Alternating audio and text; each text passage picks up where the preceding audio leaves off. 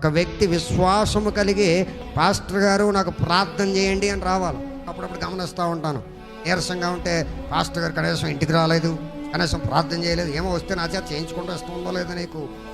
నేనైతే అలాగే ఆలోచిస్తాను, అసలు నన్ను పిలవడం ఇష్టం లేదేమో, నా చేత ప్రార్థన చేయించుకోవడం ఇష్టం లేదేమో, అంత నీరసంలో ఉండి కూడా, అంత అనారోగ్యంలో ఉండి కూడా కనీసం ఫోన్ కూడా చేయలేదు, ఎందుకంటే నా ప్రార్థన ఆవిడికి ఇష్టం లేదేమో, నా పట్ల విశ్వాసం లేదేమో అని నేను ఖచ్చితంగా వెళ్ళను.